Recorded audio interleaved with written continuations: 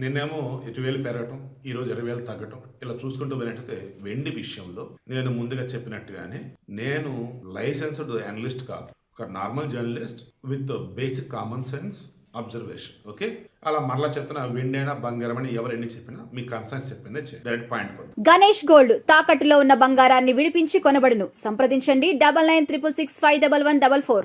Rich dad poor dad రచయిత. అతను గత కొద్ది రోజులుగా కంటిన్యూగా చెప్తూనే ఉన్నాడు, వెండి పెరిగిద్ది పెరిగిద్ది పెరిగిద్ది అని. ఇయర్ క్రాస్ సెట్ చేస్తే అసలు అనకూడదు, కానీ ఏం వెండి రేట్లు అసలు ఏం ఊహ కూడా అందలా. 1979 తర్వాత బంగారం వెండి ధరల్లో భారీ మార్పులు అన్నప్పుడు ఇప్పుడే అది కూడా పెరగడం. వెండి వచ్చేసి దగ్గరగా రెండింతలు దాటేసి మరీ పెరిగిపోయింది. బంగారం వచ్చేసి ఏకంగా ఇయర్ స్టార్టింగ్లో అరౌండ్ ఒక 70,000 to 80,000 మధ్య ఉంటే ఇప్పుడు 130,000 140,000 దగ్గరికి వచ్చింది. వెండి మాత్రం ఏకంగా ఇంటర్నేషనల్ మార్కెట్లో కూడా ఔన్స్ వెండి వచ్చేసి ఈ $29 దాదాపు ఉన్నది. మొన్న ఆ మధ్య వచ్చేసి 59, 50 అయిపోయి మళ్ళీ కరెక్షన్ జరిగి మళ్ళీ కిందకి వెళ్ళిపోయి ఇప్పుడు ఏకంగా $79 దగ్గర ఔన్స్ వెండి అనేది ఉంది. ఇప్పుడు ఇందులో నేను చెప్పాల్సిన సింపుల్గా ఏంటంటే, ఎలాన్ మస్క్ కూడా భయపడుతున్నది ఏంటంటే, రాబర్ట్ కియోసాకి కూడా వెండి పెరిగింది ఎందుకంటే చైనా వాడు ఏం చేశాడంటే rare earth mineral or rare earth metal అన్నట్టుగా వెండిని ప్రకటించి వెండిని ఎవరికి పెడితే వాడికి ఎక్స్పోర్ట్ చేయను అన్నాడు. అంటే మనం వెండిని దిగుమతి చేసుకోవాలనుకోండి చైనా నుంచి, వాటి కండిషన్స్ ఉన్నాయి. అందులో ఫస్ట్ది, వెండి నువ్వు ఎవరికైనా ఎక్స్పోర్ట్ చేయాలంటే మొత్తం సిస్టమేటిక్గా ఉండాలి.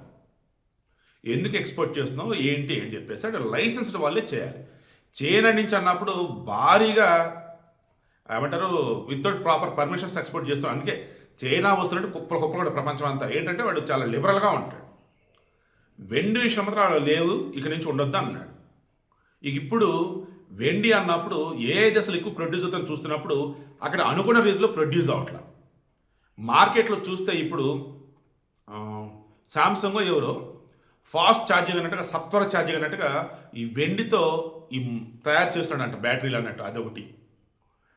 మీరు తెలుసో లేదో కొన్ని యూరోప్ కంట్రీస్లో కరెంటు లైన్లు ఉంటాయి కదా, మన దగ్గర అల్యూమినియం, అక్కడ వచ్చేసి వాళ్ళకి సిల్వర్ తెలుసా, సిల్వర్ లైన్లు ఉంటాయి. ఎందుకంటే బెస్ట్ కండక్టర్ ఇది, ఎలక్ట్రిసిటీకి సంబంధించి బ్రహ్మాండంగా పాసెస్ ఇది. జనరల్ మనకి సప్లైస్ కరెంటు చాలా వరకు వృధా పోయింది అనమాట మన ఇండియాలో, బట్ అక్కడ అలా కాదు. సో ఈ విషయం ఏంటి, ఈ ఎలక్ట్రిక్ లైన్ల విషయంలో కానీ, ఎలక్ట్రానిక్ వెహికల్స్లో విషయంలో కానీ, ఎలక్ట్రిక్ వెహికల్స్ ఈవీలు కానీ, తర్వాత వచ్చి 5G టెక్నాలజీలో కానీ, డేటా సెంటర్లో కానీ, సోలార్ ప్యానల్స్లో కానీ, మొన్న 2 నెలల క్రితం 3 నెలల క్రితం వెండి బాగా పెరిగినప్పుడు చెప్పింది ఇదే. నేను వెండి రాను రోజుల్లో భారీ డిమాండ్ ఉండేది, కారణం ఇదే అని చెప్పాను. మధ్యలో కరెక్షన్ జరుగుతున్నప్పుడు నేను చెప్పాను 2 లక్షలు దాటిన తర్వాత పడొచ్చు అనిపిస్తుంది, జాగ్రత్త చూసుకోండి అని. మీరు అనుకున్న రేటు వస్తే అమ్మేసుకోండి, తేడా ఉందంటే జాగ్రత్త అండి అని కూడా విన్నా. ఆ తర్వాత మరలా చెప్పున్నాం, ఇంత భారీగా పడుతుందంటే మరలా పెరిగిద్ది చూసుకోండి, బట్ రిస్క్ అనేది ఉంటుంది, లాభాలు కూడా ఉంటాయి. హై రిస్క్ హై ప్రాఫిట్స్ అంటే వెండి, బికాస్ మార్కెట్లో భయంకరంగా డిమాండ్ ఉంది, సప్లై అనుకున్న రీతిలో లేదు. పోనీ వేరే దేశాల నుంచి దిగుమతి చేసుకుందామన్నా ఆడ ప్రొడక్షన్ కెపాసిటీ లేదే, తక్కువ ఉంది. అలా చూసుకుంటున్నప్పుడు ఇప్పుడు చైనా ఒక్కడే కనిపిస్తున్నాడు. చైనా దగ్గర కుప్పలు ఉంది, కానీ వాడు చాలా జాగ్రత్తగా ఇస్తున్నాడు. ఇప్పుడు ఎలాన్ మస్క్ అదే అంటున్నాడు, రే ఇటు కండిషన్స్ పెట్టొద్దురా అన్నాడు. తర్వాత రాబర్ట్ కియోసాకి వచ్చేసి రిచ్ డాడ్ పూర్ డాడ్ రచయిత ఇదే అంటున్నాడు, వెండికి సంబంధించి ఈ ఒక్క 1 yearలోనే 2 పెరిగిపోయింది, ఇంకా పెరిగిద్ది. 2026లో శాసించేది వెండి ఈ ప్రపంచాన్ని అని చెప్పి అతను అంటున్నాడు. ఈవెన్ ఎలాన్ మస్క్ సైతం వెండితోని ప్రపంచం అంతా డిపెండ్ అయ్యింది 2026లోనే అతను అంటున్నాడు. తర్వాత బంగారానికి సంబంధించి తీసుకుంటూ ఉంటే ఈరోజు ఫెడరల్ రిజర్వ్ అంటే చూసిన అమెరికా బ్యాంకు వాడు వడ్డీ రేట్లు తగ్గిస్తాడు. వాడు వడ్డీ రేట్లు తగ్గించిన తర్వాత ఆటోమేటిక్గా జనాలంతా కూడా ఇన్వెస్ట్మెంట్స్ అన్నప్పుడు డాలర్ వదిలేసి బంగారం వెండి సైడ్ వస్తారు. ఆటోమేటిక్గా ఏంటి బంగారం రేటు పెరిగిద్ది అండ్ వెండి రేటు కూడా పెరుగుతాయి అంటున్నారు. ఇలా చెప్పుకుంటూ పోయినప్పుడు బంగారం వచ్చేసి ఫిజికల్ ఫామ్లో మీరు కనుక కొని పెట్టుకుంటే భద్రత, సెక్యూరిటీ, ఇంట్లో పెట్టుకుంటే దొంగల భయం, లాకర్లో పెట్టుకుంటే ఓకే, బట్ అక్కడ కూడా కొంతమంది భయపడుతున్నారు. అలా కాదు, ఈటీఎఫ్లో ఉంటాయి ఎక్స్చేంజ్ ఫండ్స్ అన్నట్టు ఉంటాయి చూసారా, లైక్ అలా. అండ్ డిజిటల్ గోల్డ్ అని ఉంటుంది అలా. తర్వాత వచ్చేసి గోల్డ్ బాండ్స్ ఉంటాయి, లైక్ ఇందులో భాగమే, లైక్ ఇలా. సో ఇలా అనుకోండి, కొంచెం టెక్నికల్గా నాలెడ్జ్ ఉండి అప్పుడు లాభాలు బాగుంటాయి, వడ్డీలు వస్తాయి, ఓవరాల్గా అన్నప్పుడు సేఫ్ అనమాట. కానీ కొంతమంది తెలిసి ఇబ్బంది పడతారు, అది ఎక్కడ దాచిపెడతారు, ఎవరికి చెప్పరు, అకస్మాత్తుగా జరగడం జరిగింది, ఇంకా అలా ఉండిపోదు. అదే ఫిజికల్ అనుకోండి, వాళ్ళ నామినీస్కి ఇస్తారు. సో నేను చెప్పేది కావ్యాస్ మీడియాలో ఈ వీడియో ఇస్తున్నాను, ఎందుకంటే 2026ని శాసించబోతోంది వెండి అండ్ దానికి సపోర్ట్గా ఉండబోతుంది బంగారం.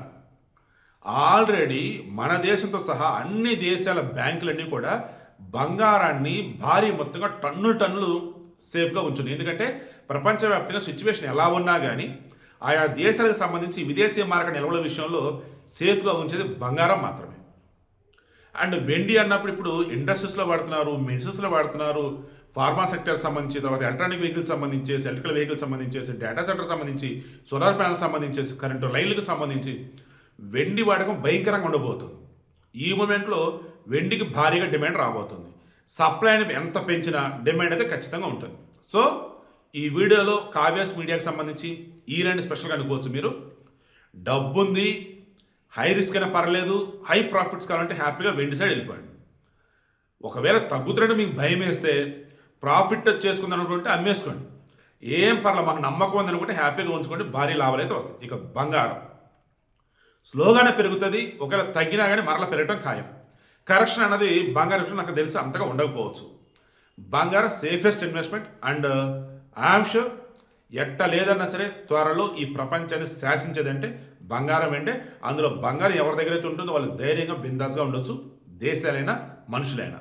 సో హ్యాపీగా డబ్బు ఉంది అంటే ఐదర్ ల్యాండా బంగారం అన్నప్పుడు నేను బంగారం బెస్ట్ అంట, నా ఒపీనియన్. అంత బాగా స్వధర్మం మీకు మనసు చెప్పించండి.